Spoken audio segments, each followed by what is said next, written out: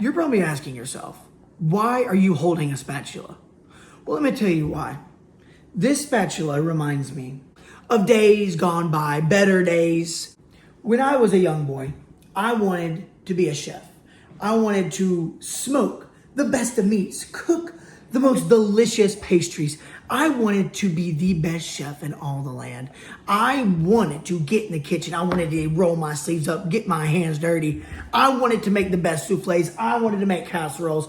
I wanted the garnishes. I wanted the best knives. I wanted all of it. Yet, sadly, as I got older, I started to realize being a chef ain't all that. Being a chef can be quite miserable. And I think I only started to realize that the more and more I watched Food Network. As a child, Food Network was my go-to. Of course, Food Network had everything. I mean, Food Network had every single food show you could ever possibly want. Where are you going to go wrong? Yeah, there was one show. There was one particular show that always caught my eye. If it was on TV, I was running to it. I was clicking on it. I got to put this thing down. I got to put it down. I'm going to be swinging around the entire video. I'm not about to turn a spatula into a weapon, all right? The one show that always caught my eye, the apple of my eye, was Cutthroat Kitchen. Cutthroat Kitchen is a little show hosted on Food Network from 2013 to 2017, hosted by none other than Alton Brown, okay? And in these 4 years of running, they were able to pump out 15 seasons of this show. Starts off with 4 chefs, okay? Each chef gets $25,000 to spend throughout the show, right? Similar to the Chopped setup, right? Start with 4 people, next round is 3, then down to the final one where they have 2 and they have a judge come in for each round to judge it, except in Chopped, it's multiple judges. And Chopped, they can kind of make whatever they want. It's really up to the chef.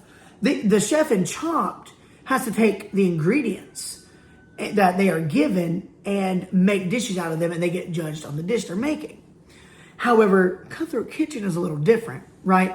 They are on a timer to shop for their ingredients. Alton opens the door, lets them run in, get their ingredients as they see fit. And, if you forget something, you forget something. Oh, well, you might have the option to bid for a replacement ingredient immediately after your shopping trip. But that's going to cost you money. And if you end up winning, that's money you're taking away from your winnings. The reason Cutthroat Kitchen always caught my eye was not only the timed, fast-paced, energetic, chaotic, nature of the show, but it was the sabotages of the show. Okay, it was the sabotages that always get me. So like I said, you have 3 rounds, 4 chefs starting off. They're each given a dish, okay? Alton Brown says, you're making grilled cheese with tomato soup. Go shop for 1 minute. Okay, they go shop. They get everything they need while, mind you, piling over each other like zombies trying to claw through it. So then they run out and he counts down. He goes, 10, 9. Hello, Ollie. The chefs run out with their they get little baskets now. They get little stainless steel baskets to shop in. All right. Pretty freaking cool if you ask me. It's pretty. But they run, they put it down, and Alton goes, all right, time for a little auction. Let's see what we can get going here. Then Alton says, well, first off, you could, there's all kinds of sabotages. And that's the whole basis of Cutthroat Kitchen. That's what makes it cutthroat. All right? Is that they get to sabotage each other. And they get to pay, but obviously you have to pay for it. You have to pay for it. And sometimes the bidding can go way up. The bidding can go to the roof. But it's okay because many chefs are willing to spend $2, $3, $4, $5, up to 10. I've seen people spend $10,000 on sabotaging their enemy and still losing the round. Okay? So I'm going to show you a few clips from Cutthroat Kitchen. Some of my absolute favorites. And that's what I'm here to do today. I just had to give you a little intro, right? Because some of these sabotages are silly. Some of them are very practical, like, hey, starting at $500, you can take away all your opponent's knives and they have to use this potato masher. Okay, some of them were silly. Where, like, for example, there was one where they literally had to walk on a treadmill the whole time, right? Some of them have balancing acts. Sometimes they're, certain limbs are tied. There's all kinds. Through all of these seasons, They're coming with new and fresh sabotages all the time. Now, that's not to say they didn't reduce, reuse, recycle some sabotages. However,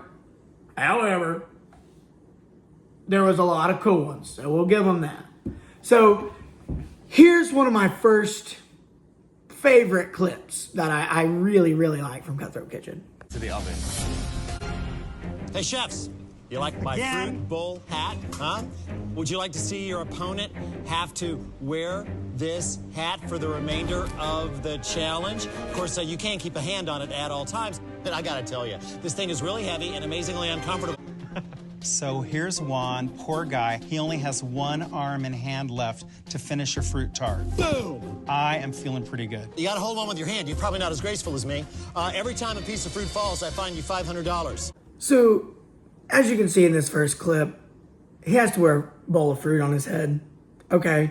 And he spent a lot of money to give that to his enemy, by the way. That was a lot of money to spend just to have your opponent wear a bowl of fruit on their head. Which, again, like I said, every bit of money they spend on those little auctions go directly out of their winnings if they win the show. And you only start with $25,000. I mean, that's a lot. But when you're spending $6,000, $7,000 per sabotage, it's not going to last very quick.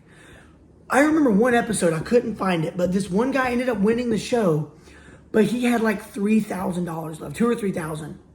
Is it even worth going at that point? I feel like it would cost that much. Like if you lived across the country, I feel like it would probably cost that much just to fly over there and stay. Which, I mean, I don't know. They might pay for all that. I don't know, but I doubt it. The bowl of fruit on his head is that's just silly. That's one of the sillier ones we're going to see. The next one is going to be pretty silly too, but I like it pretty good. It's actually, I think it's a really funny one. But the bowl of fruit, it's like, oh, and on top of that, getting fined $500 per piece of fruit that falls. Dude, there is no way. There's absolutely no way I would be going on with any money if that was me. Every piece of fruit would probably be dropped there. I mean, I'd lock in. I'm doing the best I can, but ain't no damn way I'm walking out with any money when my sabotage is fining me $500 per piece of fruit, and I'm having it up here while trying to cook. Ain't no way. Chefs, a galette is a French dish, and the French love tennis. And I like shooting tennis balls at people. Win this auction, and you can force your opponent to forfeit their ingredients and harvest whatever they can find inside these tennis balls, which will be flying at their heads. Sold for $6,600 to Chef Ryan. This is awesome. Al, you're breaking the set. This is the most fun I've had in a long time. A bunch of lovely stuff.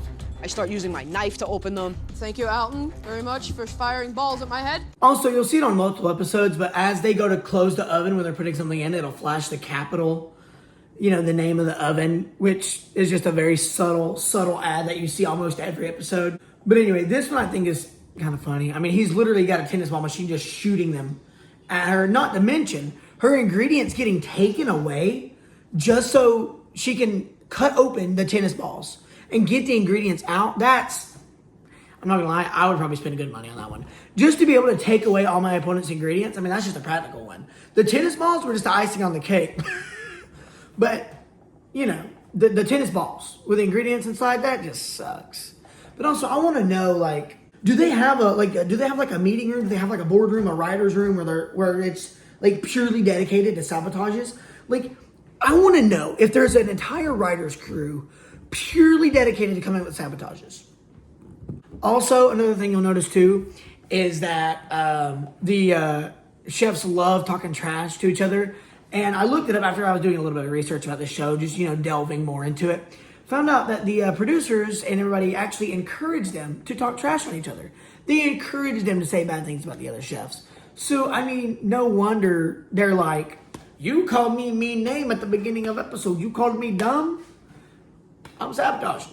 You're done for, buddy. You're out of here. My legs are cramping up over here. Hands are blistering up, and back again for me. The fun is gone and done. Right now, I'm dumping my pasta, but I think I have a handle on it. And this last one, to me, was just so funny.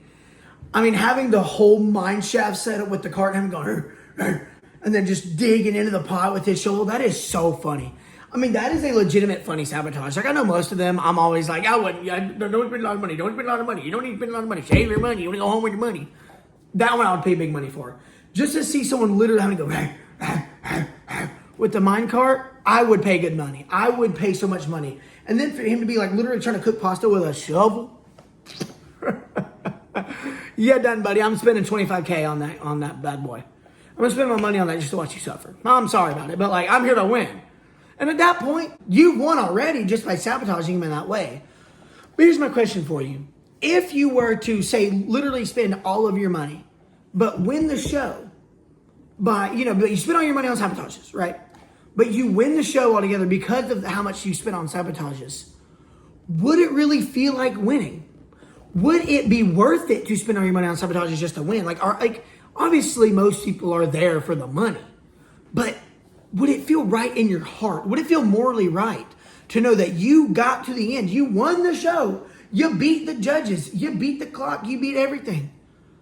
But you paid your way there in one way or another? Would it feel right? Would you feel right? Let me know. Let me know in the comments. Would you feel good? If you, like every single round, you paid for like at least a sabotage or two, but you ended up spending most or even all of your money, would you feel good about it? How would you feel? Or would you be fine with it and be like, like, how would you feel? Because me personally, I'm gonna do a quick spin just to think, thinking spin. I would feel bad. Obviously, I'd be proud, like, yeah, I won. But a part of me would be like, maybe I shouldn't feel good about this. Maybe this wasn't a good thing I did. Let me do one last spin for you guys. Thank you for being here today, and thank you for watching the video. I really appreciate you, and I love you. Mwah. I really enjoyed making this video, and I've been enjoying making videos so far, and I think I want to continue to do it. So, if you like the video, please like, subscribe, comment. Tell me what you like. Tell me what you don't like. Tell me what I should do. Give me ideas. Give me suggestions. I just want to talk to you guys, and I'm here to have a good time, and I'm here to make videos. So, guys, let's keep it up. Come along with me on my little YouTube journey. On my little YouTube journey, my little channel, growing my channel, getting my views up, getting my videos up, and not getting discouraged or this early on, because this is only my third video, and I really want to keep this going because I love it so far. So thank you guys for being here. I will see y'all in the next video, and thank you for tuning in. I'll see you guys next time. Peace.